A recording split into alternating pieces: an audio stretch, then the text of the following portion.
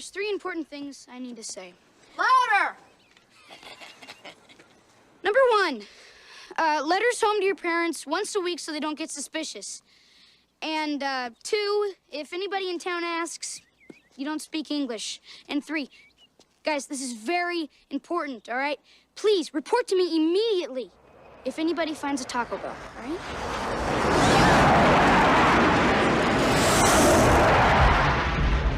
Oh, I forgot one thing.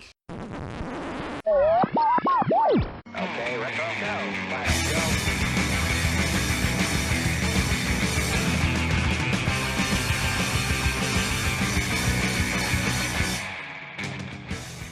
Hello and welcome. Welcome and hello. This is Wait, You Haven't Seen?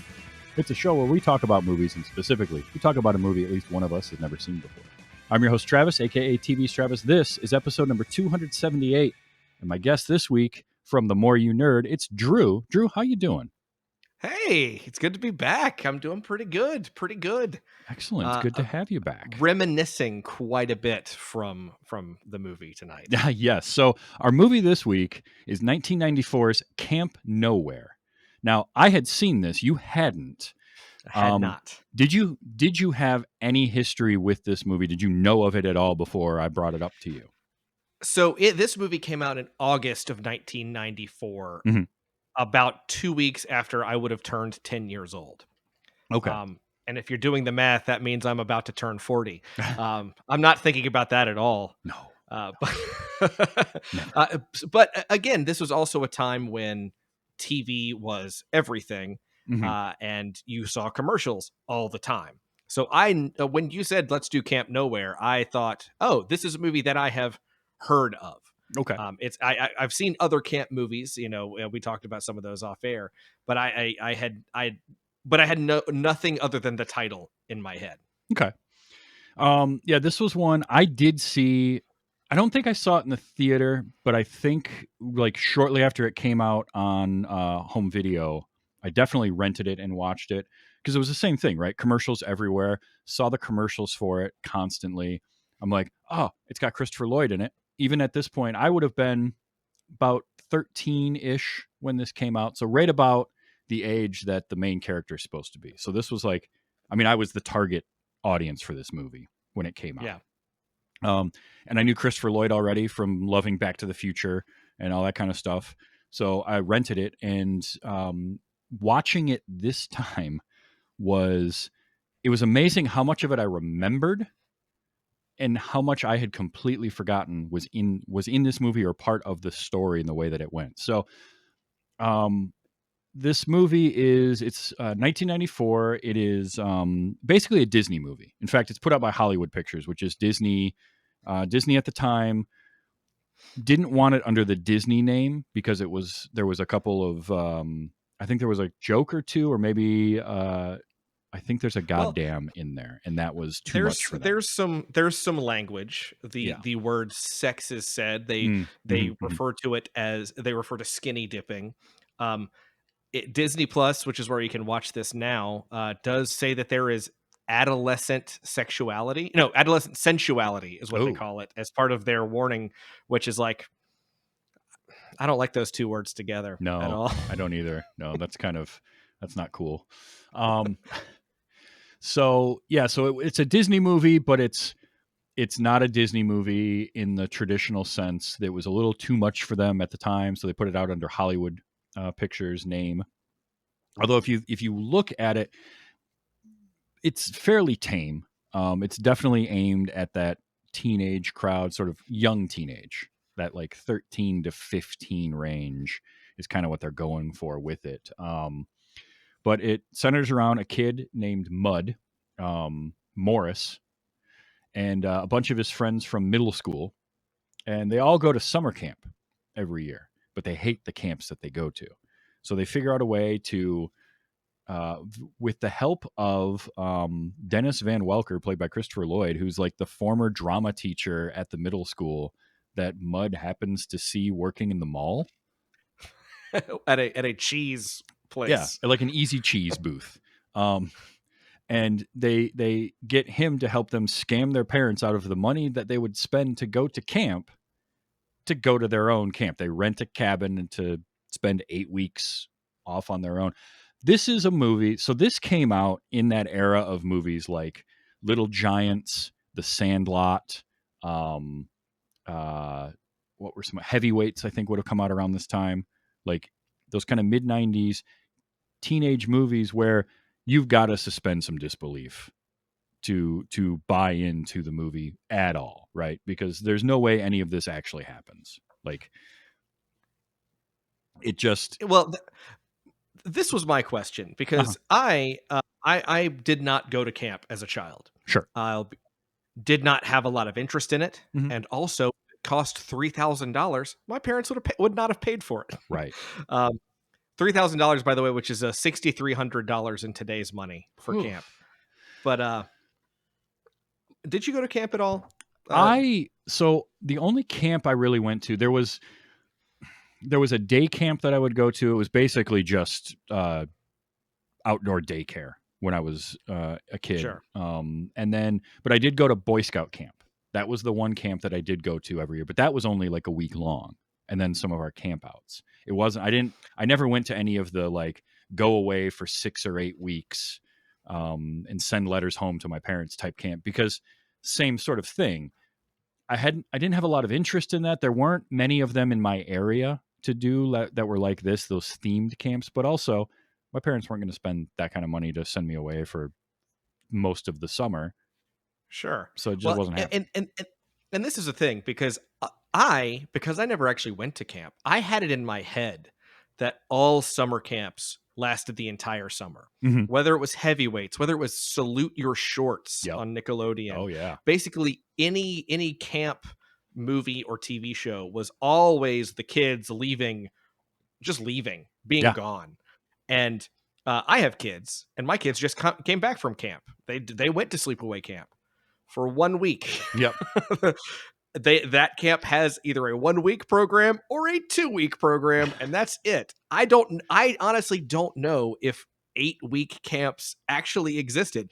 I'm sure they did back in the 60s, 70s, 80s. Yeah. But I feel like that was a thing that maybe wasn't real, but I don't know. Certainly not super common, at least not for me where I live. I didn't know about any of them. The closest I think I ever really heard about was Space Camp. And even that I don't think was 8 weeks. I think that was like a 2-week camp or something like that. But I didn't. I found out recently. I'm sorry to interrupt you, but there's a Space Camp for grown-ups. They do an adult program at Space Camp now, and I haven't Googled it because I know that would be a path that I would never recover. Yeah, from. no, I need to not look that up at all. I need to I've spent too much money this year already. I don't need to spend more to go to adult space camp, but I kind of want to go to adult space camp now. Let's go to adult space camp. Let's do it. So yeah, I didn't have like a huge connection to camp in that way, but I love camp movies because we talked a lot in trying to decide on a movie to do, and I did love where you're like, I like themes. I'm a themes guy. I do love themes.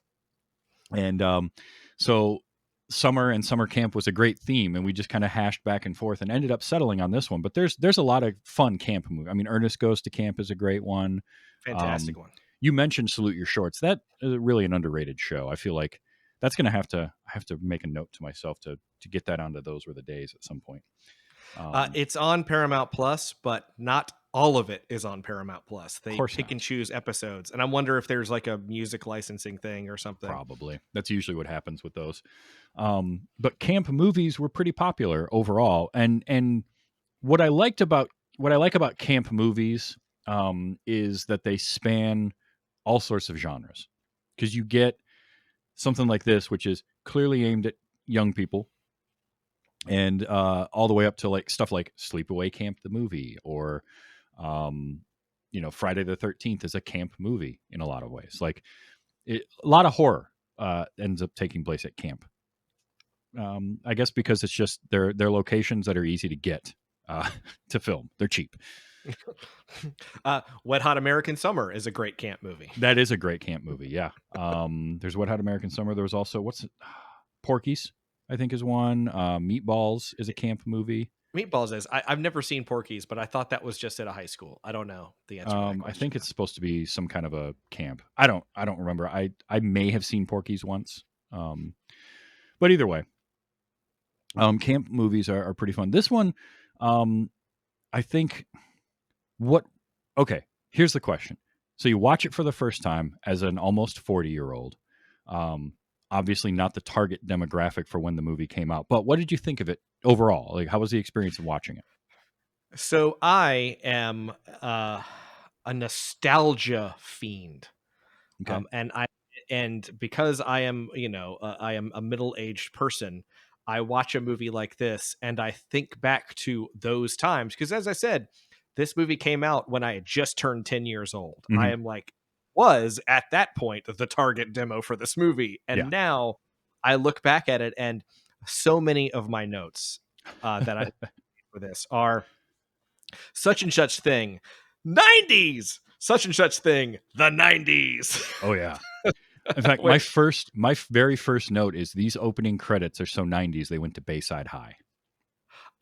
Mine were these opening credits are 90s as F. Yep. Like it really, really was. It and it's very dated in that way, right? Like so many of their references. I've got clips I'm gonna play later that date this movie completely. Like it's not one of those timeless classics, yet it kind of is, as long as you were alive in that time and you can relate. My to children it. Would have no context for any of this stuff. Oh yeah.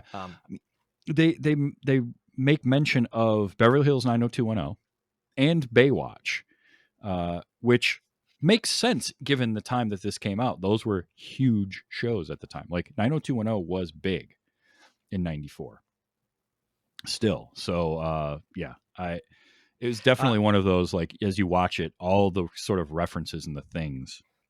They also clock Beavis and Butthead. Yes. That is one that they do. There is both a Nintendo and a Super Nintendo that appear on screen, as well as a Game Boy. They had the old school Super Soakers, not the crappy Super Soakers you can get now, but the ones that you actually pump up that were great. Old Nerf guns. They had some old of Nerf those. guns. I love the big screen TV that they're hauling into the cabin. At one point. I love that 4 children could pick that box up. Right. I mean, but go ahead. But really what I loved about this movie, because I did not think I was going to have a good time with this movie, because granted, I'm not a movie reviewer and I'm easily entertained, apparently. The Rotten Tomatoes score for this movie is 17%. And the audience score is 58%. This is a movie that is not loved, but I had no problem with this movie. Yes, it was formulaic, which all of these movies were, but I think what I liked about this movie a lot was how they took the camp concept and flipped it on its head.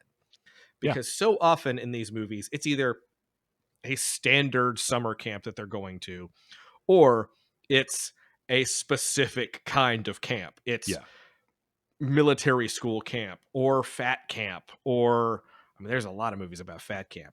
There aren't as many theater camp movies, although there is a recent one that I didn't love. But that's a whole other conversation. And computer camp, which is, I have to say, Micro Chippewa as a name for a computer camp is very good. It's very top tier. That's fantastic. So this was written by, I looked up the director, Jonathan Prince, just to see, like, I always like to look up a director and see what else they've done, right?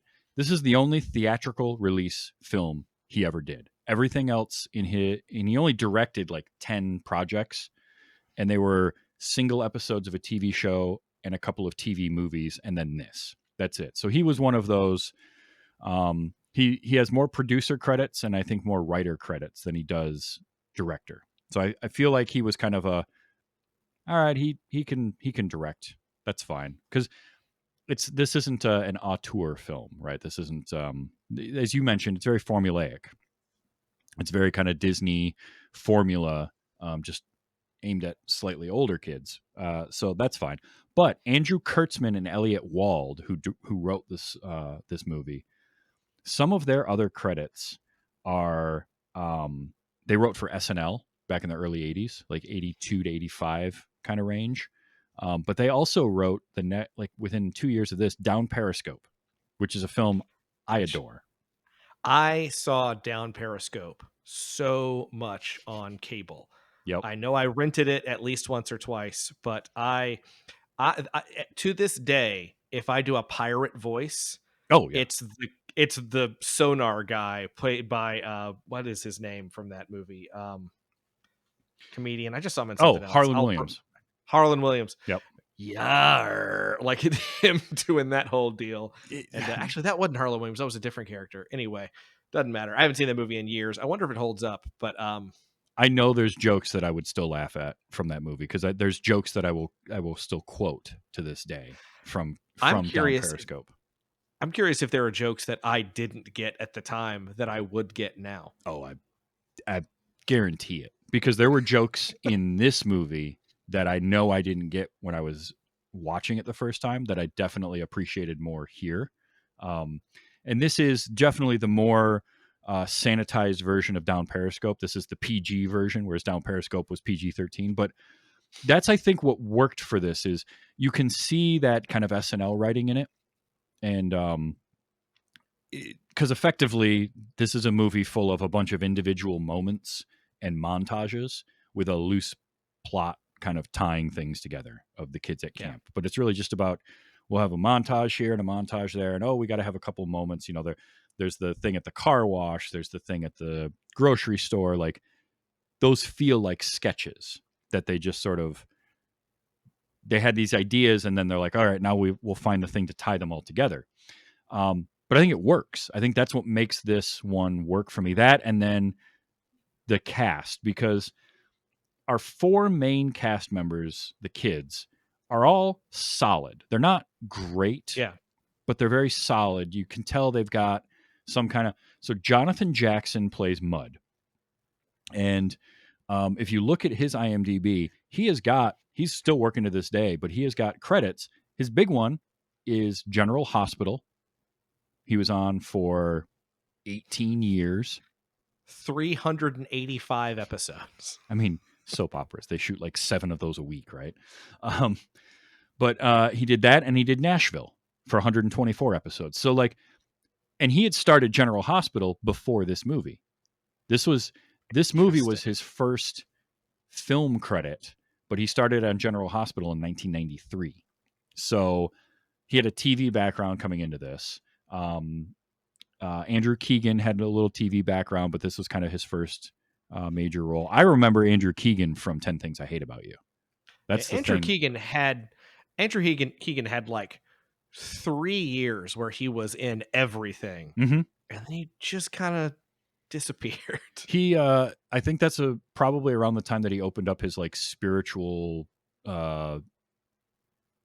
At one point, people were referring to it as some sort of religious cult. It was like kind of this like hippy dippy like spiritual business of some kind. And I just remember reading, and the only reason I knew about it was I remember reading a thing a few years ago where they got raided by I think it was the ATF because they were selling kombucha, and apparently you need a license to do that because it's fermented. Interesting. So who knows? But yeah, I mean, so like Jackson, Keegan, Marnette Patterson, Melody Kay, those are our 4 mains, and they all had sort of that TV background of like they'd done, episodes of shows here and there. So they're all solid. They're all very solid. I did find it funny, the character of that Melody Kay plays, I think it's Gabby, is it? Gabby. The tiniest girl ever being sent to fat camp. Yeah. All right. So number one, the whole idea of fat camp is terrible anyway, and it certainly hasn't aged very well at all. But on top of that, I didn't even buy it back then, let alone buying it now that she's going to fat camp, right? Because like she was tiny. I think they try to get away with it by just putting her in baggy clothing. I noticed that. I noticed that this time. No. And like I couldn't tell, because this is one of those things where I was getting kind of a different vibe from that, because she's already tiny and her mom is insisting on her going to fat camp. Is this like a message in this movie, but then every time she comes back, she's always eating a candy bar or a cupcake or some kind of junk food. And it's like, oh no, she's supposed to be fat and everybody knows it. Mud calls her lumpy at some point, which is like, what is going on? And that was one of the negative reviews of this movie was no kid is going to buy into a movie that revolves around a geek who isn't a geek and a fat girl who isn't fat. And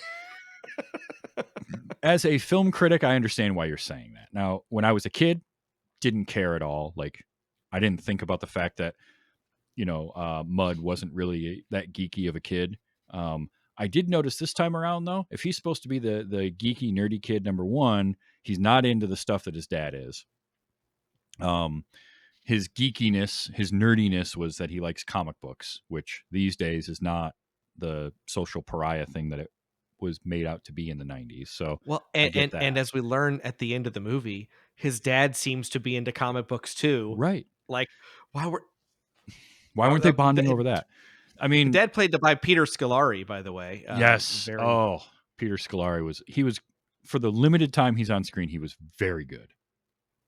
This is also a movie that revolves around kids are smart, parents are dumb, which is just, it's an old standby. It's a classic. Yep. I love it until it happens to me in real life.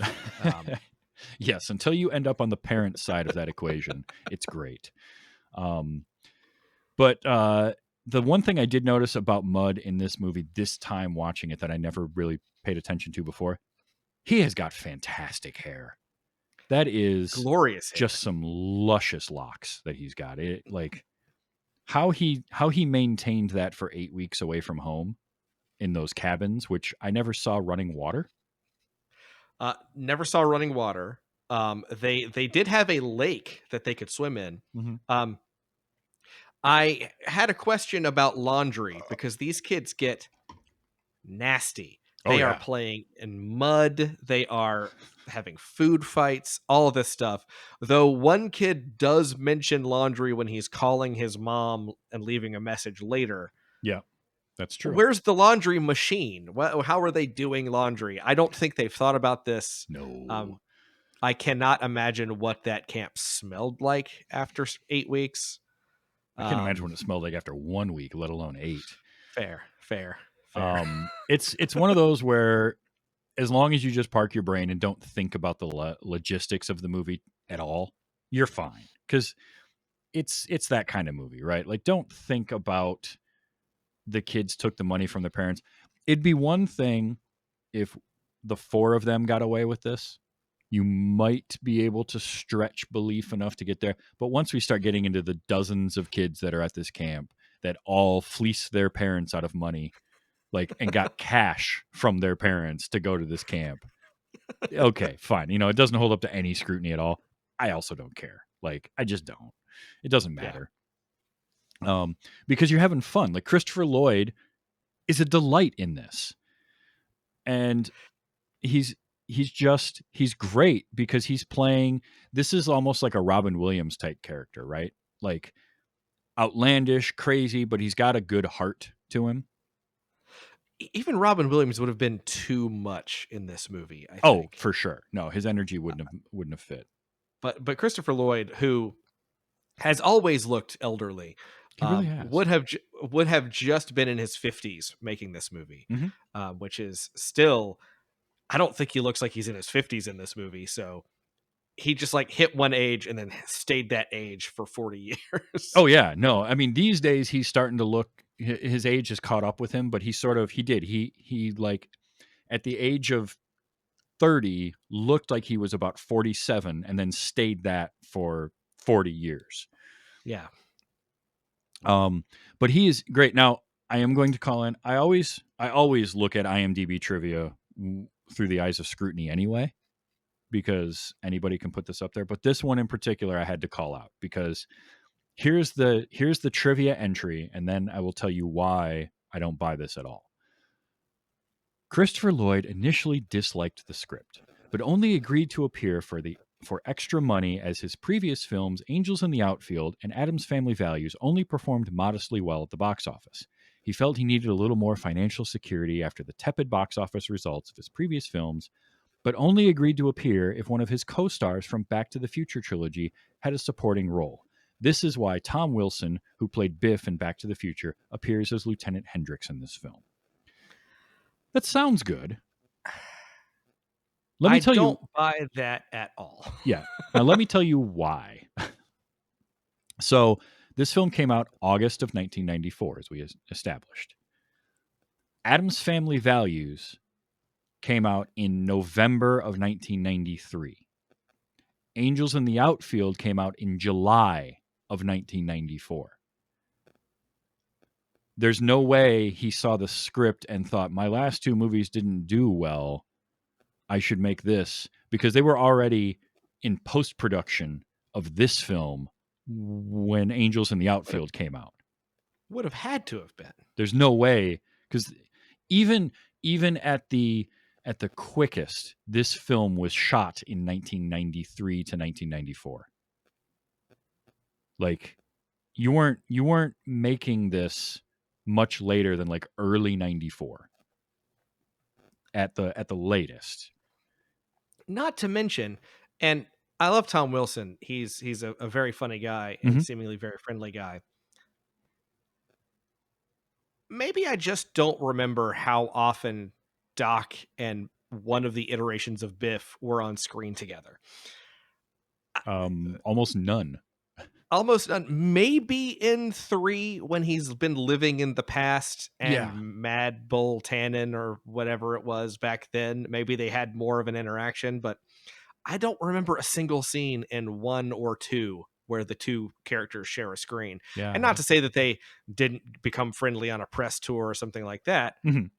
I don't know. That doesn't read right to me. No. Like, I love the fact that Tom Wilson is Lieutenant Hendricks, because I do think Tom Wilson is very funny, and it's just fun to see Biff being this kind of slightly bumbling, kind of almost I don't know, just super ineffective cop. Like, I liked that. I just didn't buy this trivia, and I had to say something, because it's just like, no, they were already making this movie when those other movies came out, and yeah. Plus, he seems to be having way too much fun for this to be a movie that he was reluctant to do and just did for a paycheck. Because, like, and that's the thing. The kids were solid, but then all of these supporting roles and cameos are great, and they kind of elevate things just a little bit for me. So Christopher Lloyd, we mentioned Peter Scolari. You've got Emmett Walsh playing the debt collector, T.R. Polk. I love him. Rest in peace, Emmett Walsh. He just died a few months ago. He was great. Like, he just was always great in everything that he would show up in. He was another one. He's been old since like Blade Runner in 1982. He was already old then. But even I had 100% forgotten that Burgess Meredith is in this for one scene. Fantastic scene too. And as Flem, I can't remember what his name was. It was Fine. Yeah. And when he, like, as soon as he started to talk, it all flooded back to me that he was in this. And I've got clips I'm going to play, because there's like stuff in this that I still say to myself that are from this movie, and it's Burgess Meredith. And I just had no memory whatsoever he was in it at all. So that was a fun one to have flood back. But like Kate Mulgrew in here as the one girl's mom. Kate Mulgrew as Trish's mom, the drama camp kid mom. Yes. You also another set of drama kid parents. You have Jonathan Frakes, and his real life wife Jeannie Francis. Mm-hmm. Jeannie Francis probably has more of a connection to this movie because she was also on General Hospital since like the 60s. Yeah. So they probably how they got in. I don't think Kate Mulgrew had started in Star Trek by this point. I think this was 94, and I think Voyager started 97. 96. 96. It was a little bit after. But yeah, that would actually make for I 3 started. Star Trek alum. Its first episode was January 1995, so Okay, it would have been very close to this. yeah, closer than I thought. For some reason, I had it like 96, 97. So, um, but yeah, we got 3 Star Trek alum, 3 major Star Trek alum with Frakes, Mulgrew, and Christopher Lloyd because he was in Star Trek 3. That's right, as Colonel Krug. Yeah.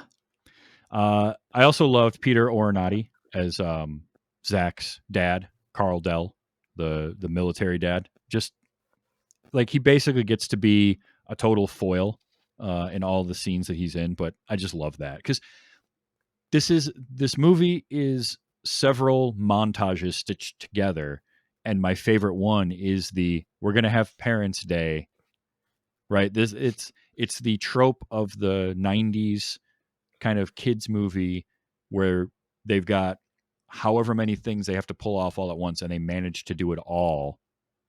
And I love that whole sequence with all the different Parents' Days. And it works. It works out super well. Mm-hmm. Because I mean, let's face it, Mud is actually very smart, and he's Yes. very clever at the same time. Mm-hmm. There's the earlier scene with Christopher Lloyd and Mud and Tom Wilson's cop as he comes in, Yes. and Christopher Lloyd is, starting to have hives and coughing and all this stuff, and I think I get the asthma from breathing in the particles or breathing in the whatever. Oh, from the eczema. Yep. Yeah. From the eczema. That's right. And all of a sudden, he's like, "Oh, go get him some coffee. Use the blue mug." And Mud picks up on this. "Nope, Dad, the blue mug is your mug. I will use the red mug because that's the one for company." And it just this whole back and forth thing to get that guy to leave. It's so great. It is honestly very clever writing throughout the movie. Like the amount, the humor, the jokes that they do get in there, I think pretty damn funny. Quite a bit of them. The premise is very simple, and it's very Disney Channel, and I'm fine with that because on the whole, like what I want is I just want it to be entertaining, and I get entertained when I watch this, and I remember liking it as a kid, and I'm sure a big part of that is being from that era. So I'm gonna get some of those. I'm gonna get all those references, and I'm gonna kind of remember being that age at that time. So that certainly helps. Like you mentioned your kids wouldn't get any of this. I don't know how much they would enjoy this movie now. I think because of there are that. certain scenes that they would definitely enjoy because, they've been to camp. They know what, like when they're having the big water gun fight around after they get all the cash from Mud and buy all this stuff. Most of that stuff is still stuff that they would be into, like water guns and fireworks and Yep. skateboards, et cetera, et cetera, et cetera. But then the twins are playing a video game on. I don't think it was a real game. I No. don't think that was a real game as far as I could tell, but it's definitely from either a Nintendo or a Super Nintendo. It looked like they had Super Nintendo controllers in their hands, but I couldn't tell. Mm-hmm. Or the fact that the only TV that we see on in this movie is this big, Right. Tiny little TV, all that kind of stuff. I actually wonder if you showed this to someone that was slightly older, that had maybe more of a context for or more of an interest in the way things used to be, if that would be an interesting experiment. It would be. I'm curious because this is definitely like I would put this in the category of this is a millennial movie. Like this was millennial kids were watching this, right? I'm curious what, slightly older, sort of that earlier Gen X, because I fall right into that late Gen X, early millennial crossover period. But I'm curious if somebody, 5 to 10 years older than me watching this, what kind of a connection they might make, because they would be some of the people that were doing the film critiques of this when it would have come out. Maybe even a little bit older than that, but like, so it makes you wonder if that's why there were so many negative reviews, because there was one of the negative reviews was it depends mostly on Lloyd's crazy characters to hold the narrative together, and that works for a brief moment early in the film. So like, which I don't agree with that review at I don't all. If really either. anything, Christopher Lloyd is, I mean, he's an important part of the movie, but he's also barely in the movie. Yeah, he's the comic relief. The movie's about Mud and the kids. He is what brings the weird zaniness to it. And I think it works because of him, but it's not what the movie is about. And you're right. He like will disappear. His character will disappear for big swaths of the movie. Well, he in fact he's not even brought back into the movie because he is the reason that they are able to convince the parents to let them go to all these different camps, which is, again, that is also great. Christopher Lloyd playing these four very different camp counselor people, camp leader guys, with the computer camp guy who I believe his name was something Wozniak, which again, Dennis Wozniak, he called himself, from Binary Pines. Another great camp name. He played I didn't write down the camp leader names, but he plays these very different guys, and it's all great. He's got like a Richard Simmons inspired fat camp person. Colonel Savage, was that what he was called for the military camp? For the military camp. And what I love too is, and I had forgotten that he was a drama teacher prior to this. Like, for some reason, my memory of it was just he was just some dude that they ran into. So him being the drama teacher, now you've got a reason for him to be able to do all of these characters. Like, for instance, Ernest as a character, because we mentioned Ernest Goes to Camp. Like, Ernest and Jim Varney is great at doing all those various characters, but you have to put yourself into the mindset of it's an Ernest movie to get him doing the different characters when he's like talking to himself and all that. But here they wrote a narrative reason for why this guy they run into can portray all these different people, because he was a drama teacher. And I even love just all the like little touches to the costumes that they would do for his different camp counselor characters. Like Colonel Savage he puts like a fake scar. Yeah. And just all of that, like his Richard Simmons type characters got the curly black hair, but he's also like, he did makeup just right to make him look like a little smoother, right? Get rid of some of the wrinkles, like all that kind of stuff. Like, those are small touches the movie doesn't have to do, but doing them just makes everything a little bit better. And this is where, again, once they get to the camp, he's like, all right, I'm going to go over here to this cabin and chill out, and you guys have fun. See you in 8 weeks. Yeah. And it's not until, and we have at least a couple of weeks, it's some seemingly unknown amount of time that the kids are on their own before Mud gets hurt, and they have to go and bring Dennis, the character, back into play. And at that point, this is where I find there is an expectation that I had that they did not land. Okay. Because my thought was that at the end of the movie, after all is said and done, Dennis was going to turn up and say, oh, you know what? I think we might need to come back and do this next year. I've bought the camp or whatever. But they mentioned something about next summer, but it wasn't like set in stone that, oh, he's found his new calling as a weirdo camp director, because he's still basically just he's a grifter. He's a grifter. He somehow has a doctor girlfriend now, and a much nicer car. Yeah. So again, a lot of disbelief gets suspended watching this movie. Like, so if it were a straight up Disney movie, your ending would happen, right? Where he buys the camp and now he's going to run it every year for these kids and more kids and that kind of stuff. That's the full on Disney Channel version of Camp Nowhere. Because you get stuff like, there's no way that doctor's buying. She's barely buying the first instance where they show up and he's got, Mud's got the burns on his arm, right? Without reporting it. Well, did you see how that doctor was dressed? Yeah. her genes were completely ripped up. How do we know that she can afford to keep being a doctor? She doesn't sound like a very good doctor. That's true. Or it's the 90s. Yes. Oh, 90s as 90s gets. But I loved, like, I was fine with all of that. I was fine with her buying into it. You know, it like, I had notes of like, nah, this doesn't happen, but I don't really care. You know, it just, that was the movie was telling us that Dr. Dunbar is going to fall for Dennis, and Dennis is incredibly charming. And because, you know, like, even in the context of this movie, you know, she knows he's completely full of it from the start, but she likes him.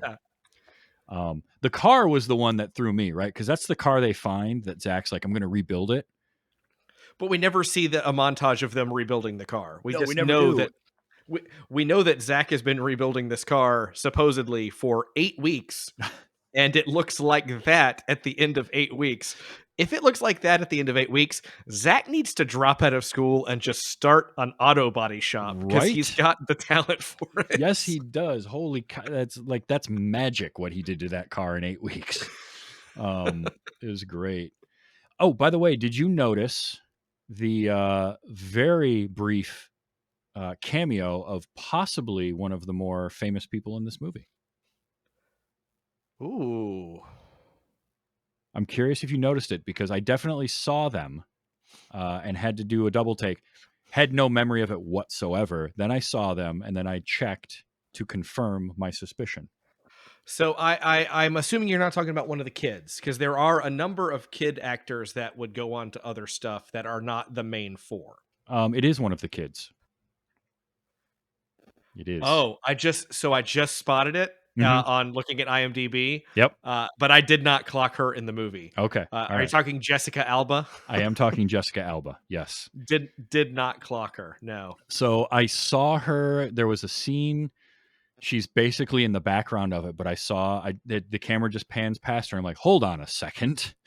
And I kind of I had to back it up and watch it again. And I'm like, that looks like it was Jessica Alba. And I look, so this was one of her first credits. She was hired as an extra, and then something happened and they ended up having to use her for another couple of scenes or something. And so her character got a name, and this is now one of her first credits, which is crazy because, again, I did not remember it all. Like, I remembered Christopher Lloyd, I remembered Tom Wilson, and that was about it. I didn't really remember anyone else. Well, they had already been famous. Yes, you know, but I mean, I had memory of them being in this movie. Like, I knew Christopher Lloyd, and I remembered Tom Wilson playing the sheriff's deputy, and that was basically it.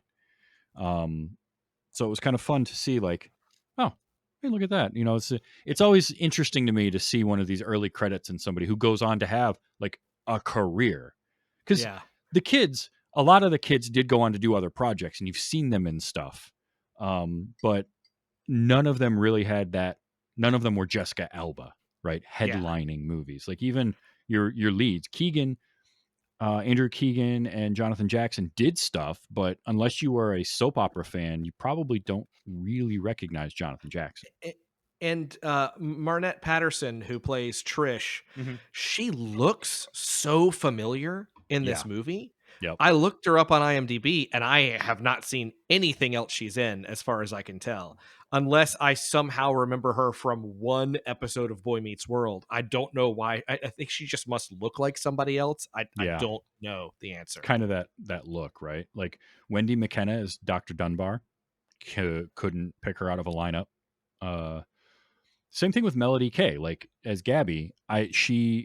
I think it's just that I remember her from this, because she was definitely the one at 13 watching this movie. She was the girl that I would have been all about, was Gabby. Well, because she's the down to earth one. Yeah. She's not the blonde superstar one. She's cool. To date ourselves, she's the Marianne, not Ginger. I'll use a totally hip Gilligan's Island reference that nobody under the age of 30 will get, but that's fine. I don't care. No, I had a lot of fun watching this movie again, and it a lot of it comes down to the writing of the jokes, because the montages are fine, but they're very bog standard, kids having fun montage. You got the one at the beginning where they're goofing off and they're having a whole bunch of fun, and then somebody gets hurt. And then all of a sudden we have the montage that is born out of, ooh, the rain started. Oh no, now they can't do any of the fun stuff outdoors and they're bored. They have a big screen TV, kids. Just Right. put it on. Yeah. You got video games. What are you doing? Yeah. And then of course the montage of them gearing up and setting everything up for the Parents' Day was great. The whole Parents' Day sequence though is my favorite part of this movie. The Parents' Day sequence is so much fun with the walkie-talkies back and forth and the camera, and knowing that they have to keep military camp dad Zach's in a foxhole the whole time. In a foxhole the whole time. But also, again, this is stuff that I feel like this doesn't play, but if this was made today, they would find a way to play it better, because he's clearly got issues with his father. Mm-hmm. They kind of play those for a laugh in a way that I don't think would work as much today. But no, there's a lot in this that wouldn't play as well today. But at the end of the entire thing, it's basically just Zach putting his dad down and making sure his dad is stuck in a hole, and he gives him a sandwich that not only has the worst ingredient possible, he then also puts dirt in the sandwich. But at some point he gets him out of the foxhole, and then, well, you did good, son. Yeah. And Zach reaches out his hand to shake his hand, and his dad pulls him in for a hug. And it's like, oh, I guess we've learned something. Maybe. It's funny because like that could have been its own whole movie, and it kind of was in was it Major Payne?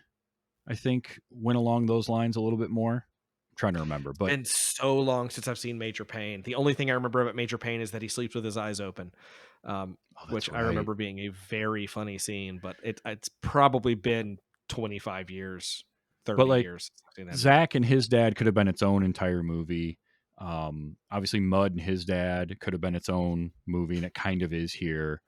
Like that's, I think, part of why this didn't review great and why it's not super loved is there's no one part of it that stands out, because there's so much going on, because you've got 4 main characters who all kind of deserve their own story, and none of those really happen. Like we get a moment with Gabby and her mom where her mom shows up and out of the blue, and there is a tender moment there where you can tell Gabby's like, she's happy that her mom has actually shown up, but then also she's gonna feed her the like whatever chocolate laxative cake that they did.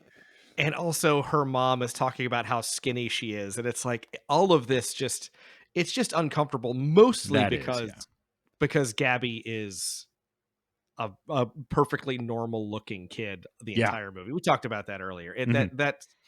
That doesn't land nearly as much. No, it does not. But I mean, you also have to... Oh, go ahead. I refuse to believe that Peter Scolari wasn't well open about his comic book reading in his house, that just Mud never noticed it. I have to feel like that, yeah. Like, and I get it. I get where... Because if you are Mud and your dad is wearing those sweaters and he's got that mustache, like, you're not going to think he's cool at all. And you're not going to pay attention to anything that he's doing. So it's fine. But kind of my point is, like, Mud's got his story. Trish has her story. Gabby has her story. Zach has his story. And we get parts of most of those. Mud getting the most sort of fleshed out. I think Trish honestly gets the least of all of them. Yeah. We see more of her parents than we see of her. Mm-hmm. And the fact that her mom is Kate Mulgrew, Captain Janeway, who really dives into the theater mom aspect of things, which I really appreciate. The dad has some of the funniest lines in this movie when he's on screen. When they talk about going to meet her sister. Oh, and you better believe I captured that. Okay, then I won't spoil it here. Just the line in question there is just absolutely fantastic. But her story is because of course they have to kind of pair the kids off. Hmm. Um, and her and Zach gets almost there to where there's like she's weirdly concerned that he's gonna drop out of school. Yeah. He wouldn't legally be able to drop out of school. He also wouldn't legally be able to buy beer at 19. Did you clock this? I did. My exact note was, wait, did he say 19? Hold on. And then I looked it up. Now, here's the funny thing about it. I looked it up too. Okay, good. This is why we're friends. Yes. So the 1984 was when the federal, like the law went into play that you had to be 21 to buy alcohol nationwide in the U.S. 1984. This is 1994, and the kid working at the store says you've got to be 19 to buy it, which didn't make any sense to me at all. But I did like that the joke of his fake ID and Trish saying, well, if he's 19 or if he's 21 and he was born in 1963, then it's not 1994, it's 1984. So funny. So funny. But yes, Ohio, which is where the license plates in this film would lead me to believe this movie is set. Mhm. You could buy beer at 19. Certain beers above a certain ABV, you had to be 21. But most beers in 1982 you could buy at 19. But by 1988, it become age 21 for all alcohol sales. Yeah.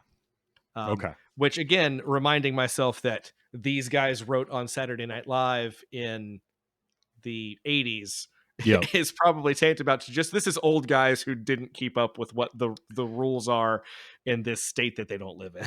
That actually does make more sense. If thinking about that, that does. But it was definitely something that I clocked right away. I'm like, hold on, did he say 19? Wait I a paused second. the movie and I was like, Yep. internet research time. Like scrutiny. Hold on, I have to look this up. So, yeah. It's also and also the beer never comes back. The beer is bought and nothing ever happens to it again. So that's another thing where that's a trope that gets subverted a little bit, because if this were the high school teen raunch comedy, right? Like American Pie, that beer comes back and it's a major point. It's somewhere in the movie. And it's not, but that's kind of where I was going, where like, there's a lot of things that happen that never either go anywhere or don't get to finish. So you've got the different stories. There's the Dennis story and his romance with Dr. Dunbar. And there's the romantic angle between Mud and Gabby, which is not a thing at all until halfway into the movie, and then forgotten about until the very end of the movie where they have their little makeout session. Well, that's after Trish kisses him on the cheek, right, to thank him, because at Mhm. this point Trish has learned that if you want to show appreciation, you kiss somebody, which is again something that wouldn't really pay off today, I don't think, but you know. Yeah. Also, Trish gets the unfortunate angle of, and something that wouldn't be done quite to this way anymore, is she's just the dumb blonde throughout the whole movie, is how she's portrayed a lot. Though I will say, she is the dumb blonde, but who likes shopping and is going to spend all her money on clothes with the other girls in town. At least they make her care. She does care about what's going on. She's not completely vapid and only caring about herself. Mhm. She backs, like when it's up to Mud to bring everybody together, which speaking of this, again, another trope that I feel like worked in this is when we're first introduced to Zach in the beginning of the movie. He is a bully, and he is bullying Mud with these two other dudes that I don't even know if they had names in the movie. I'm sure they did, but I don't remember what they were, because they're literally don't matter other than to be bullies. Yep. And Mud is like shoving, or Zach is shoving Mud in the bathroom. It's like, it's time for your water treatment or whatever he calls him, because he's going to give him a swirly. Yeah. And the second that he gets him in the bathroom and the other kid that's in there's like, oh no, and then leaves. Which, is that a kid that goes to the camp later? It might be. It might have been, yeah. I didn't. think so. I'll have to watch the movie again. Yeah. But they subvert the trope in that these two guys are actually friends Mm-hmm. and have been friends for years. Yeah. And Mud is helping him pass classes by writing papers for him. But again, because he's got daddy issues, he's turned into this fake bully that has to pretend he's a bully to Mud, even though they are seemingly quite close. Yeah. Also, that is the point where when you're watching it for the first time, you can clock this as a Disney, at least a Disney inspired thing, because he's a bully and he's the bad kid, but he's about as spicy as a glass of milk. Yeah. Like, he's not a terrible, delinquent at all, but they want you to think that he is, right? He's a Disney Channel delinquent is what he is. So, yeah. But again, by the end of the movie, he ends up publicly backing his friend Mud. And it's like, okay, great. Yeah. We're getting there. We've made it. Yeah, I gotta say, I wonder, we've talked a lot about nostalgia and its effect on us. I wonder if this movie plays better as a nostalgia play than it does as an actual movie. That if I had watched this movie at the time, I would have enjoyed it, but I enjoy it more today because it reminds me of my childhood, even though very little of it is reflective of my actual childhood. Sure. But it does remind you of the feeling of your childhood, which is because I would say, like, watching it in the moment in the mid 90s, I did enjoy it, but it didn't have, it weirdly had, parts of it had a lasting effect on me. Some of the lines, and I'll mention those here shortly because there's quite a few of them that way. But my brain also works in movie quotes, so there's probably a big dash of why that is that way. But watching it today, in this frame of reference with the nostalgia of that time, I do think helps it to be more enjoyable now, because there's a lot about it that just doesn't hold up. There's a lot about it that doesn't really work just from a narrative standpoint. There's a lot of, it feels like a whole bunch of ideas that just kind of got mashed into something and they Frankensteined this thing together, because Trish's story could have been fleshed out and been much more interesting. And Trish and Zach could have been a very interesting thing to go about. And, all of that kind of stuff. Again, Dennis being his own character and going through this, like, you could tell me the story from his point of view and it could make for a compelling movie. Like, there's all of those things. Dennis doesn't really learn a lesson at the end of the No, movie. he doesn't. No, and what's funny I is guess he does tell Mud that he's going to disappear, but then he does go and try to take the fall for it so that Mud doesn't get in trouble. Yeah. So I guess maybe that's the lesson he's learned. Yeah. But like the only real kind of arc or growth anyone has as a character is Mud standing up for himself towards the end of the movie, where he tells Zach to shut up and I've got the idea and all of this, where nobody's wanting to really listen to him. That's as close as we get to like a lot of character growth. But again, it's just not that movie. It's really just meant to be kind of a series of events. And this is one that today just wouldn't get released in a theater. It would go straight to, I think even in the early 2000s, less than 10 years after this comes out, it would have already been sort of a straight to Disney Channel, straight to the CW type of movie. Yeah. Which straight is to video. We used to have a lot of straight to video stuff that is. And there's nothing wrong with that. I think it's enjoyable in that way. I'd love to be in a straight to video movie. Cast sure. me. I'm here. Yeah. But I think that the SNL background of Kurtzman and Wald, as far as the writing goes, makes it a little bit better than just your standard made for TV movie. Because they have some clever jokes. There are some clever jokes. I know you've recorded some things, but I have maybe my favorite joke in the movie. It's a visual gag. Okay. And it's in the Parents' Day arc. Okay. During military camp, as Zach is walking his dad around, there is a prominent sign, big arrow sign that says "To Saigon." Yes. And when they're switching over to theater camp, they hit it with a Nerf gun, and it changes from to Miss Saigon. Mm-hmm. And I think that is just one of the funniest gags in this film. Oh, that was fantastic. There's so many just good little moments like that. I mean, all right, I've got clips. I got to play some of these because some of these are so good. Like we start off. So the very first lines in this movie after the opening credits with your Camp Nowhere song, your 90s is hell 90s thing, is this incredibly boring guy talking about Camp Micro Chippewa, which we've already said, such a good name. And I remember like those first couple of lines are just burned into my memory of like, oh, and look at this. Now we have International Food Day with the Italian classic pizza. Like, and just the stilted way with which he talked was great. It was almost my intro, was him, because there's the part where he talks about playing basketball and like, you'll learn to play basketball and shoot like Hakeem and Shaq. And like, you can tell he's reading those names for the first time giving this speech. But his tagline about Micro Chippewa was the thing that I had to capture because it was this. At Micro Chippewa Computer Camp, we say that computers are really not boring. It gave me the feel of like he had it on a flashcard and the word boring just didn't fit. He had to flip the page.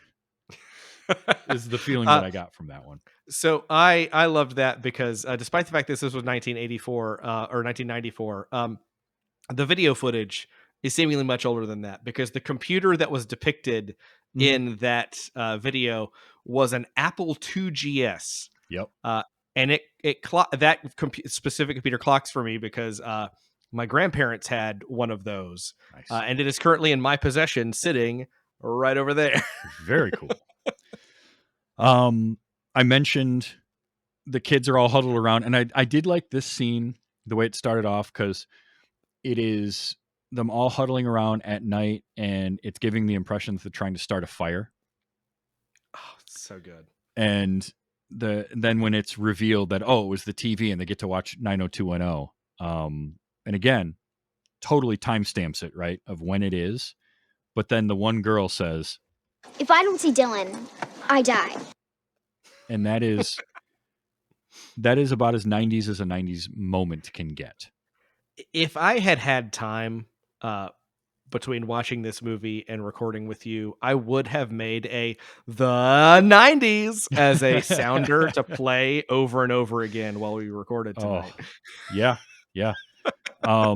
And then later on when they're all sitting around bored and the one kid says, yeah, but at least at home we have cable. And then that sparks Baywatch! Baywatch! Baywatch! Just look. For those of us that grew up in that time, Baywatch was a very important, life-altering thing. We'll put it that way. Yeah, that kid in particular, the horny one. Yeah. I don't remember his name, which is why I was trying to look it up real fast. But Walter. Is it Walter? Walter. Yep. He has this whole line this whole arc through the entire movie about skinny dipping. Yeah. And this is why I had to look up to check what was the actual production company of this movie, because it definitely wasn't Disney. I mean, it was, but it wasn't. And that particular thing pays off at the end in a pretty funny way. I don't know if you capped it. I didn't cap that, but I did love that moment at the end, because he spent the entire movie trying to get the character of what was her name? Betty. Because apparently he had heard rumor that Betty went to a camp and they skinny dipped at that camp. So he spends basically the whole movie trying to get her to go skinny dipping with him. Until the very end of the movie where he's in the lake and she comes over to him. And you can only see her from like the shoulders up. and she convinces him to take his trunks off. And then she grabs him and wanders away, and she steps up out of the water, and she just had like a very low sitting bathing suit. And she's like, you got the guts, but not the brains. Or another bathing suit. Or another bathing suit. Yep. So I watched through the end credits of this movie because I figure a lot of movies in the 90s did not have post-credit sequences, but I thought if one was going to, this would be it. Right. At the camp, there's a whole Camp Nowhere song that plays throughout the entirety of the credits. Yes. And as it's about to fade to black, as the final credits are rolling, you just hear Walter's character scream, Betty! Oh, it's great. It's really, really good. Okay, so the early scene where we get our trope subversion of the bully, right? And Mud hands him the paper, and he's like, yeah, you read The Red Badge of Courage. That's the book that you read. And it's about the Civil War. And Zach says, so who do I say won? He went for the North. and just Mud is like, oh, what am I doing? What is wrong with this kid? Who do I say won? That's real good. It's real good.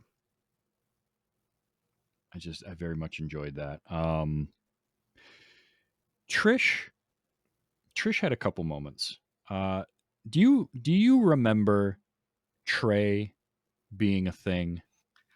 So I don't personally. Okay. I remember it coming up in things that I would see on TV. Okay. I was also surprised. Well, I'll let you play the clip and then we'll talk about it. So I have 4. I mean, there's 4 instances of it. Like it was like trying to make fetch a thing, right? I think that's the line. Like it was Trey. So I had her. I'm just going to play these in rapid succession. These are the 4 instances of her using this in her normal speech. Trey, doll. All right.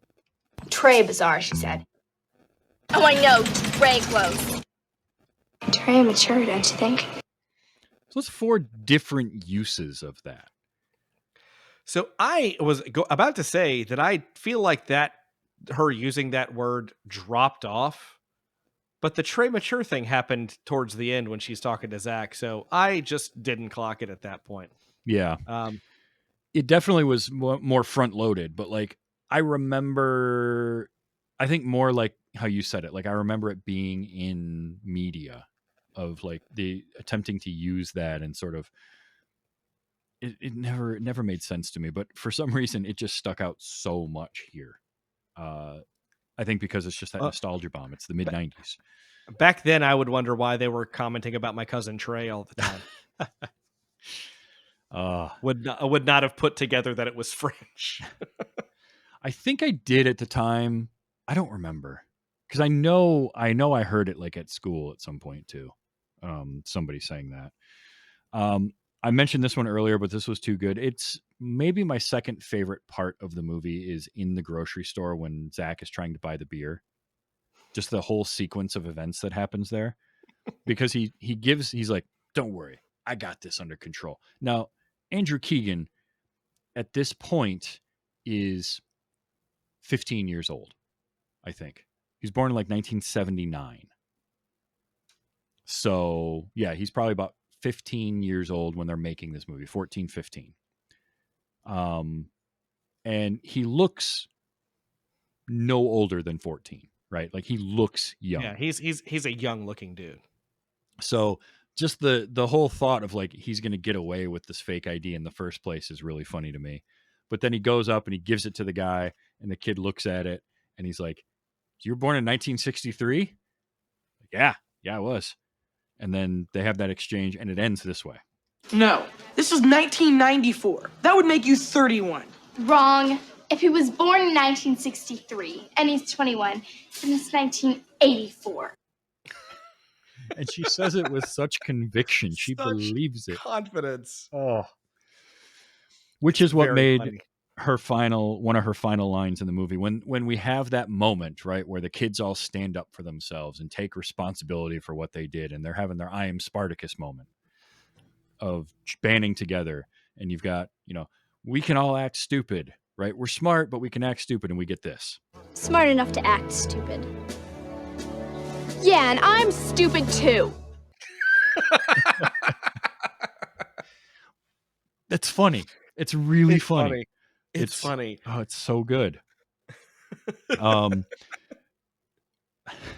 I just like this because for whatever reason, this just made me chuckle. This is right after Mud stupidly tries to go down a ramp on roller skates with sparklers or like fireworks on his helmet. Like with the lamest fake fall ever. Oh yeah, it was bad. But it was Walter's reaction to it. Who would think something like this could happen from harmless flares and Roman candles? Harmless flares and Roman candles. The sarcasm dripping off of him there is great. Which, to be fair, they didn't have any real fireworks. They just had flares. Yeah, no, they had the legally obtainable fireworks, right? Nothing that shot. Well, you say that I'm from the South. We have everything. Right, so. That's true. I mean, we have everything here now too. That rule went out the window a while ago. So, okay. Here's a couple from M. Emmett Walsh that he was involved in. Great, right? He's fantastic throughout the movie and his few moments. But I loved when he goes up to the cheese counter because he's looking for Dennis. And he figures out that he works at the Easy Cheese counter. He goes up, he's talking to the girl, and he says, and this is great because I know Easy Cheese, and I honestly, it wouldn't surprise me if there was this flavor. But when he says this to her, is that less than your cholesterol-free Dutch Gouda back there? I'll have to check. Cholesterol-free Dutch Gouda. And to be fair about the cheese counter, though he is selling an Easy Cheese at the beginning, this is Shea cheese. They have real cheese. That's too. true. That is true. I also loved this moment between. So Mud comes up to him right at the end of the movie, and he's talking to Lieutenant Hendricks about still going after Dennis because Dennis owes him the money, right? And he wants to retire with a perfect record. And so Mud comes up to him with whatever money's left over and hands it to him. And I love the way he counts it, right? Because like he clearly didn't actually count the money. He just kind of ruffles his fingers over it. But then this exchange is choice. You're a little sure. Well, you're a little fat. It's a great line. It's a so great good. Line. And he has nothing after that. He's like, bitch. Damn it. Kid got me. I've been bested by a 12-year-old. And then Mud walks away, and we get this one. You're ever in Boca, don't look me up. I'll do that. Yeah, so good. Tom Wilson's character being so dumb. Mm-hmm. There's a moment in the aftermath of the Parents' Day thing where he's talking to. Was it Mud's parents? I can't remember. Or was it? Yes. Christian? Yeah. It's like, and how much did your kid weigh before? Yes. How much weight did your son actually lose? It's just completely clueless. I loved it. I got a couple of Peter Scolari because he was, again, limited time on screen. He doesn't have a whole lot to do, but man, is he good in those few moments. First of all, you've got like Mud does not want to go to computer camp. He's obviously gone plenty of times before. He wants to do something better, something more exciting, and I just loved. The DOS tutorial isn't fun? I mean, no, even back then, the DOS tutorial was not fun. But we're all about GUIs in 1994, Dad. That's right. But I did love his his laugh. His laugh was real good. And then right after that, when he's like, I know you think I'm an old fogey, but your old man still knows how to cut loose. Look, Morris, I have those low-fat, sugar-free macaroons. I'm so glad you capped that because that line, that moment has been in my head the entire movie talking about Peter Scolari. Get these low-fat, sugar-free macaroons, which don't honestly sound that bad. I like a macaroon. Which again, this movie opens in a mall, basically. Yeah, like malls are just not thing anymore. No, not really. Not really. And then one more Scolari right at the end. He gives Mud the comic book. They have a little bonding moment, right? He kind of has that, and then By the way, you're grounded until you're 30. that's straight out of your Disney movies, right there. It's perfect. Now, some of the lines that have stuck with me forever come from the moment, and I remembered the scene. I just did not remember it was Burgess Meredith as the old man in the scene.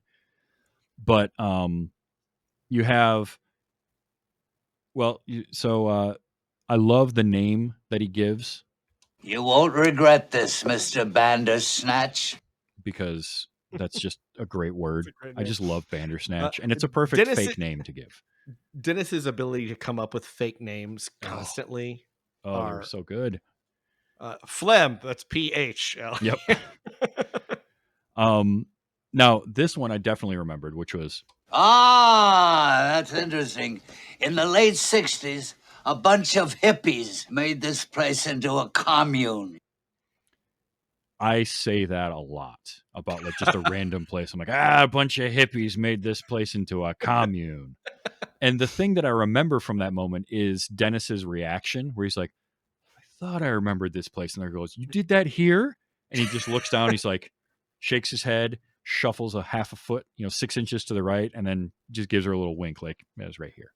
Yeah, that was, again, an early moment in this movie where I was like, yeah, this ain't Disney. No. This is... But it was so good.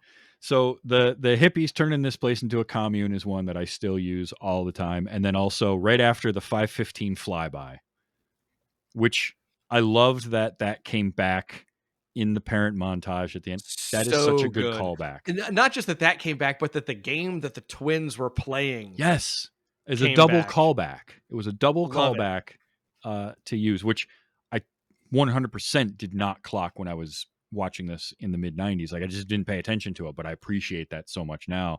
But it was right after that flyby the first time, because he's like, yeah, you have a great quiet summer, and then the jets go over and everything rumbles and shakes, and he's like, you get used to it. You miss it when it doesn't happen.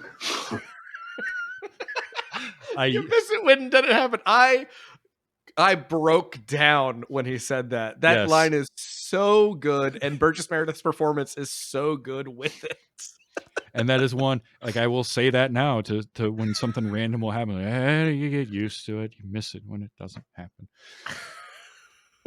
And then, of course, I mean, you don't put Christopher Lloyd in your movie and let him have all sorts of fun stuff without a lot of it being worth getting, right? A lot of captured stuff here. And some of it is completely like when he gets his pant leg caught in the car door, in the cruiser door at the car wash. That moment didn't work for me. I don't know. It's dumb, but it did lead to one funny moment. Because the only reason any of that works at all is it's Christopher Lloyd's physical comedy as he's stuck outside the car, like getting blown by the fans and getting water on him and all that. And that he is still trying to sell it to the cop. Yes. The entire time. But it's the very end of it, after all of that, with this moment. Dennis, what happened? Complimentary hot wax. That's great, because that delivery is just perfect. And they still have all the beer in the car. Yep. Yeah. Oh, definitely. I also love the speaking of the beer, when they are at the store and he Zach is like, yeah, this guy doesn't believe that I'm buying your beer for you and your bum leg. And he walks over and he just whips his leg up on the counter and is like, yeah, looks real, doesn't it? And taps it. That has never left my brain because it just sounds like meat. It sounds like tapping a leg. He didn't even try to kick the counter underneath it. Well, I guess he would have fallen over if he'd done that, but nothing, none of that. And then, and his maintenance for it too. Little floor wax twice a month and I'm in business. Like this character is just so used to making up whatever at any point and improving anything. And he somehow is able to sell it. That's the best part. Like you mentioned his coming up with names. When he first meets T.R. Polk and he puts in his fake teeth, and Polk's like, I'm looking for a guy named Dennis Van Welker. Dennis Van Welker, and he comes back with those big old fake teeth. Roland J. Orlando. That's a great name. Roland J. Orlando. Like he comes up with that. He's got we mentioned Flem and then Rudolph. And again, I love this. Rudy's no rowdy. Like that's just great. Rudy's no rowdy. Rudy's no rowdy. Or when he's talking to the doctor, because again, she doesn't buy at all that Mud burned his arm on the stove.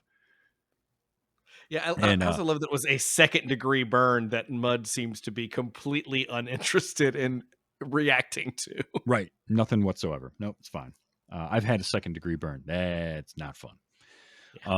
But she's not buying it at all. And I just love, why don't you get a microwave? Microwave? Can't do it. Cat's got a pacemaker. Cat's got a pacemaker. What a good line. Like some of this, I'm sure these were not improvised on set, but some of these feel like they might have been, which just makes it land just a little bit better for me. Like there's the thing though, is I feel like with the writers having an SNL background, there's probably a little bit of that built in. Like they have some lines, but then you bring in somebody and you let him have some fun with it, because Cat's got a pacemaker. It's hard to say. Like that could definitely have been written, but that also just feels like a riff. And also when she comes to visit them later, there's no cat. There's no cat at all. Nope, none. I also like, this is from the first scene with Polk, where he's talking about he bought the Treller. I bought this Treller off a feller, which was great. But then, Did this Van Welker have a car? Well, I guess he must have to pull the trailer. like, it's just two old comedians having fun. What can you say? What can you say? Like it's good performances in a movie that may not deserve them. No, it definitely didn't deserve things like this one, which I do think this may have been written. He'll grow a ridiculous mustache that looks like fruit mold on your upper lip. Fruit mold. And look, we've all had that mustache. Every one of us that can grow a beard at some point had just a little dirt on your lip. It's part of a reason why I have a beard and mustache now, just to prove that I can do it. Exactly. And every time I shave, I'm worried it won't come back.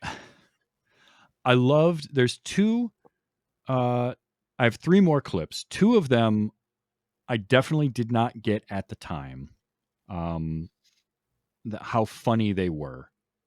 The first one is when Dennis and Mud are having the argument over the lima beans.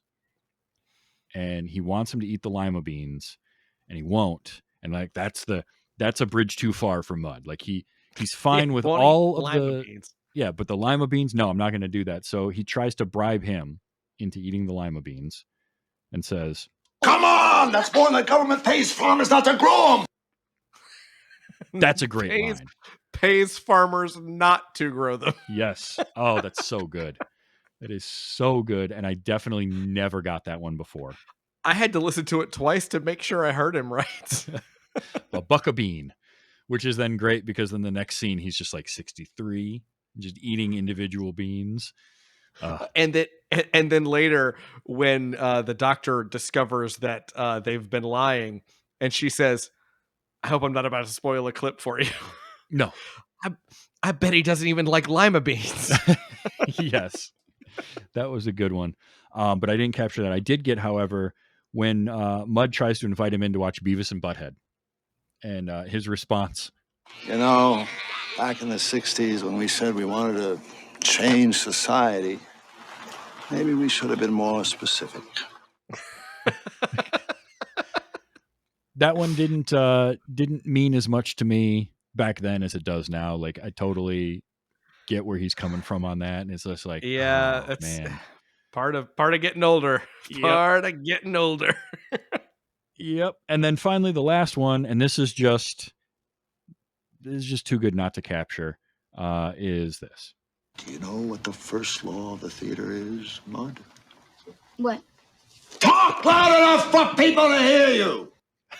I love that so much. Oh, that's a Christopher Lloyd moment. Like, that's written like that, absolutely, but that's made by his performance of it.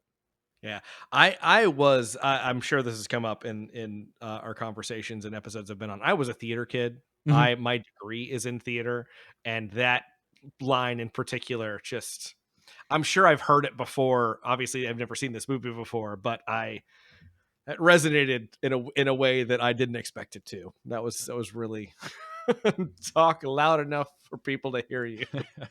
Which is great, because like that is another one of those that comes back later when Mud does finally like get a little bit of courage and get a little louder and get people to listen to him.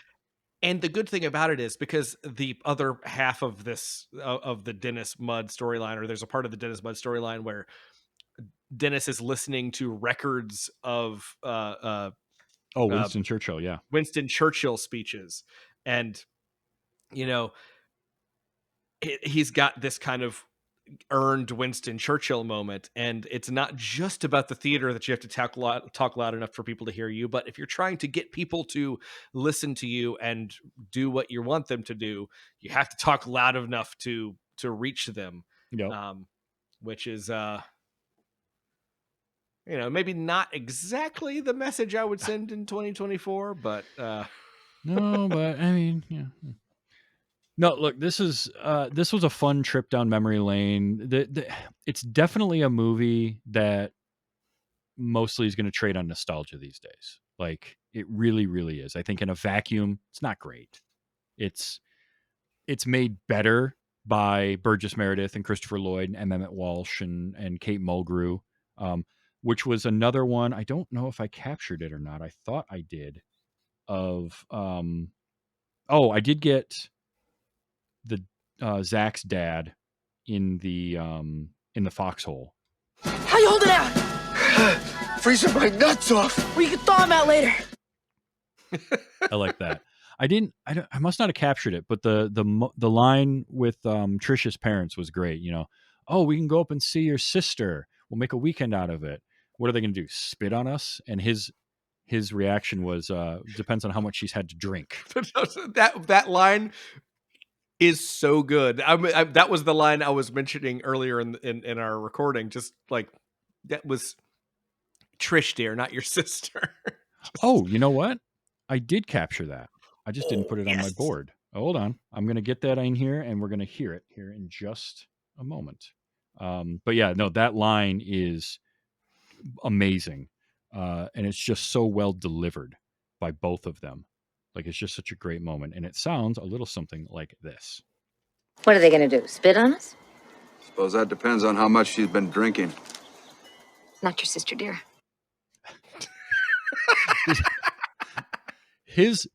Him reacting, because he's clueless. Like, he doesn't remember which daughter does which thing. That's a good running gag. Or he keeps talking about horses, and it's like, no, this is theater camp, honey. It's theater. Like, he's just checked out. But you can tell how many times she has had to deal with that by her reaction. No, not your sister, dear. Good. It's funny. It's as funny as generational trauma can be. Yes. Yes. That's the thing. That's like, I watched this movie today. It's like, there's some unsaid things in this movie that were just turned into jokes. Mm-hmm. But I'm from the 1990s, and I thought this movie, like, I went into this once I started, I like Christopher Lloyd a lot. I love Christopher Lloyd. I grew up watching Back to the Future and Taxi and all of these things that he was in. And when I started, researching this movie after we decided to do it, I was like, oh, what have I gotten myself into? But then I started watching it, and I mean, I'm not looking at it from a super critical eye here, mm-hmm. but this movie was a lot of fun if you were alive and conscious in the 1990s. Yes. There's so many things here that are references, whether they were direct or indirect references to so many things from the era of my childhood, that I walked away from this movie really having a good time, laughing out loud at stuff in it. And that is not what I expected to happen. This was a really fun time. Yeah, I mean, this is absolutely 100% like your junk food type of movie, right? Like, it's not on its own, it's not great. But if you have the right context for it, it's a lot of fun because it doesn't take itself too seriously. It doesn't try to overly explain anything. It's just like, park your brain at the door. Bunch of kids basically stole money from their parents, conned their parents out of thousands of dollars to rent a camp for the summer, spent it all, all of that kind of stuff. If you want to put that scrutiny on it, it's going to all fall apart. But who cares? You're just having a silly, fun movie. Like it's great in that respect. And that's why when we got talking about camp movies and you hadn't seen this one, I'm like, oh, this might. And I was a little concerned. Like I was nervous that is it going to play well? I wasn't even sure how much I was going to enjoy rewatching it. And I like everything. But I, like you, I found myself laughing out loud at jokes and moments and remembering those and putting myself back in that feeling of it being 1994. And so it was just a lot of fun that way. So I'm really glad that you enjoyed this and that I got to show it to you. I would be curious to have your kids see it if they sit through it, like how much of it they could take before they tap out or just get bored with it, or if they make it all the way through and they enjoy it. I'd just be curious about that because of the generational difference and the timing or just not understand it. Like I'm not sure. Like the two of us know what a swirly is. Yeah. I never once saw a single human being in my entire school career ever get one. Nope, neither did I. But we just knew that was a thing. It was a common joke. Yep. And I don't think that's true anymore because, well, quite frankly, there's a lot of anti-bullying messaging in a lot of media directed at kids now. Yeah. And also, again, my kids are currently 12 and 9. My kids asked me the other day what an iPod was. So to put that into perspective, I wonder how much they would even follow where this movie even starts, because honestly, I think my son might like going to computer camp. But that's I mean, look, I would have liked computer camp back then, honestly. Like, I think I would have had fun with something like that. I certainly would like that now if I were that age. But it's just curious. It's curious to me how somebody, and we sort of, as we touched on earlier, either a few years older or several years younger would take this. Like it feels like it's just that very slice of, you had to almost be there and be in that target audience to kind of get what's going on in the movie. Well, and if you don't, is it even something you could sit through? There is a moment in the Parents' Day arc where the theater camp parents are all told that they were supposed to be there at noon, but then learn that they were supposed to be there at 9, so they only show up for the last song of Annie, which again, very smart, the timing of all of this. I love the thought, that process that went into all of the moments there. Yeah. But the random Australian kid who plays the guitar, they never explain why he's Australian. It never comes up other than the fact that he's got an Australian accent. But he is in the audience basically with these straw men that have a Bill Clinton mask, a Richard Nixon mask, and a Ronald Reagan mask. Yeah. And it's funny. It was such a common thing to do back in the 90s to have these fake president heads. Yeah. And I believe my children would not know what those are. No, probably They not. would have no context for that because, It's and because again, they didn't grow up watching Point Break. That's why. well, it's not just that they didn't grow up watching Point Break. I think it's really, and again, I have this whole thing about I'm a millennial. I am what is considered a geriatric millennial, but we were the last generation that was raised on reruns. Mm-hmm. Some older Gen Zs had some rerun action in their raising, but my kids have never had to want for watching content. Yeah. They never had to settle for what was on, and as a result, they have no context for a lot of stuff that, like you mentioned Gilligan's Island earlier. We Mm-hmm. grew up watching TV shows from the 50s and 60s and 70s and Yeah. 80s, and sometimes earlier than that. That we're just these common things, and as a result, we have this cultural context that just doesn't exist anymore for young people. That's true.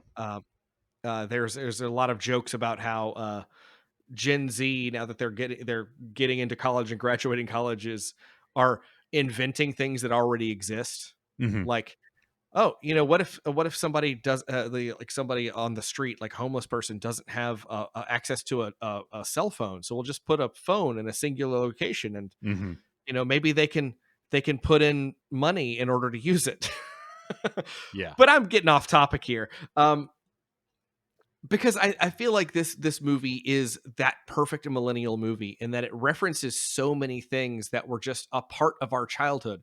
There is a moment that Gabby in this film is arguing with a kid about an omelet that she's made. And Yes. she rabbit season, duck seasons him. Yes. That's and so if you're good. old enough, all I have to say is that she rabbit season, duck seasons him. Mm-hmm. And after that, she says, amazing what we can learn from cartoons. Mm-hmm. Yeah.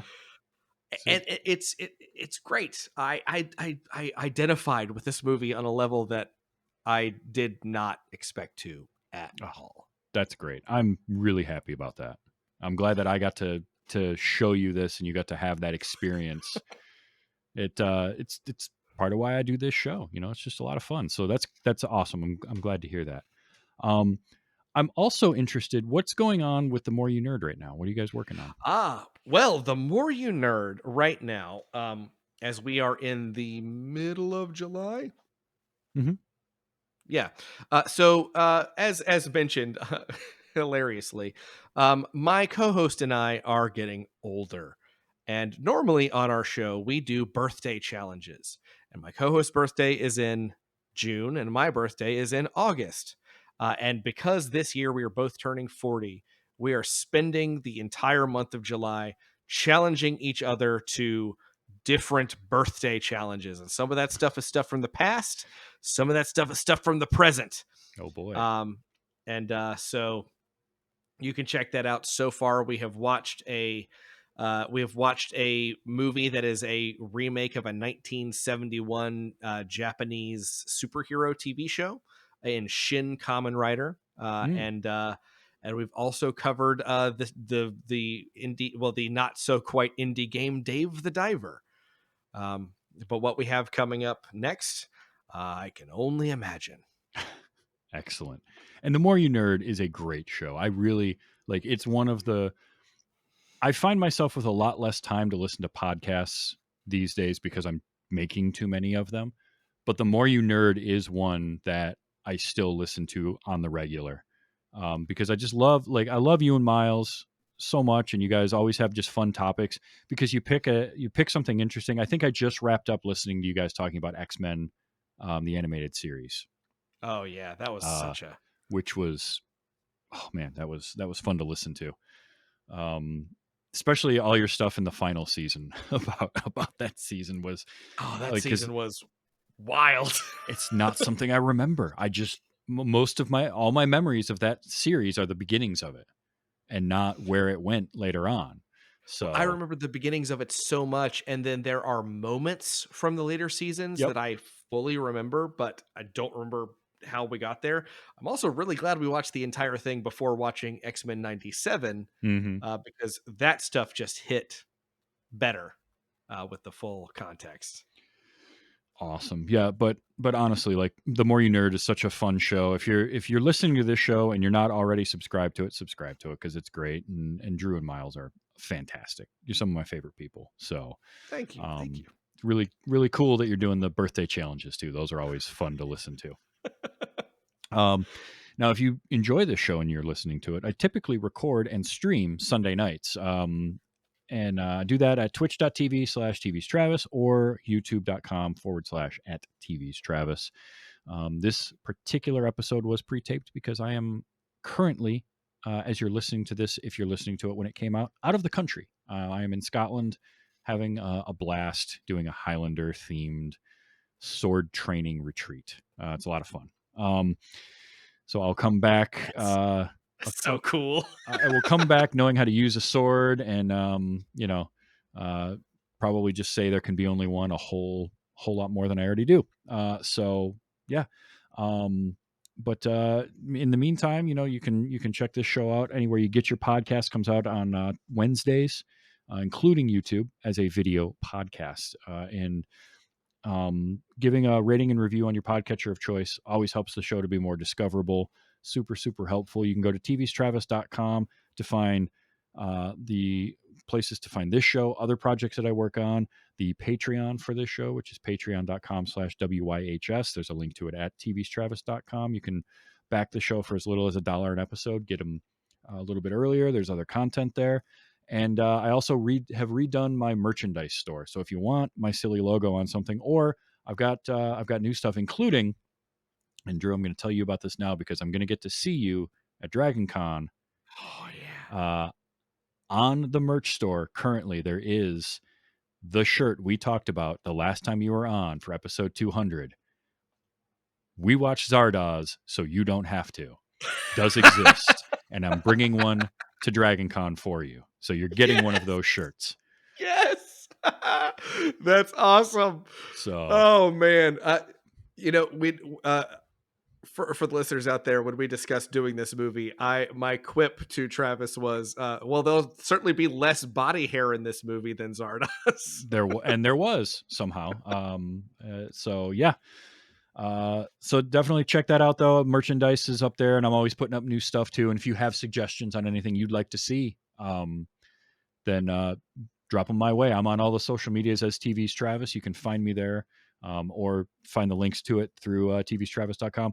So Drew, The More You Nerd, people should check that out. Where can they find you if they just want to follow what you're doing outside of The More You Nerd? Or is that so? Of course, I'd love you guys to go to themoreyounerd.com and The More You Nerd on all the different social medias. But I'm also on a show called Cosmic Crit, which if you like live role play sessions, we play a game called Starfinder from the company Paizo. And we are in the middle of season 5 of Starfinder, of Cosmic Crit. And that's a great option. It's cosmiccrit.com. You can check that out. And if you want to just talk to me about, the only place I show up is the Cosmic Crit Discord, where if you go to cosmiccrit.com, you can find our Discord link there and you can talk to me and my co-host Miles, who's also been on this show, all day while we're bored at work. So Excellent. Definitely check those out. Now, my next episode will be coming out in about a week, and you'll just have to wait and find out what that is, because honestly, as the time of recording, I don't know what that is yet. So that'll be what it is. But until then, until my next episode, just remember to enjoy your movies, even if it's about kids in a camp nowhere, and be excellent to each other. It's been Wait You Haven't Seen.